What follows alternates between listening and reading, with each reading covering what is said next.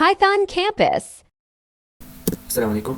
तो अभी मैं पाइथन की एक स्ट्रिंग लिस्ट पे मतलब एक प्रैक्टिस कर रहा था, तो मैंने उसमें एक नई चीज़ सीखी जो मैं आपके साथ शेयर करना चाहूँगा। बेसिकली हम तो सिंगल लिस्ट के हम मतलब आइटम को इजीली एक्सेस कर सकते हैं, लेकिन 2D लिस्ट के आइटम को हम किस तरह एक्सेस करेंगे आज मैं आपको दिखाऊंगा। सो चलते हैं अपने कोड की तरफ।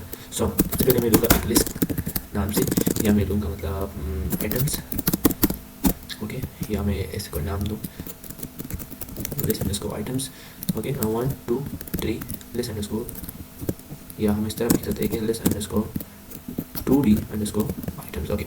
सो इसके अंदर मैं लूँगा दूसरा लिस्ट के अंदर दूसरा लिस्ट मैंने ले लिया। अब इसके आइटम को हम मतलब किस तरह का मतलब एक्सेस करेंगे, किस तरह से जानेंगे। तो इसका मेरे पास सिंपली एक मतलब एक ट्रिक है, मैं आपको दिखाऊंगा कि ऐसा करेंगे कि हम एक नए वेरिएबल लेंगे, ठीक है।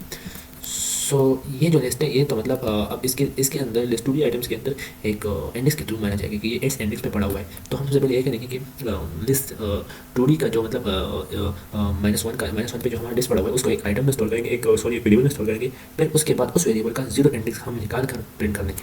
सो लिस्ट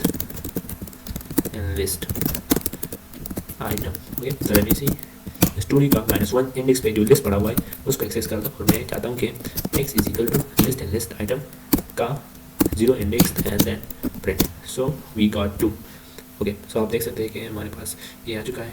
सो अब इसका मतलब सिंपल सा पढ़ना था, लेकिन चलो let me show you on the end, मैं आपको प्रिंट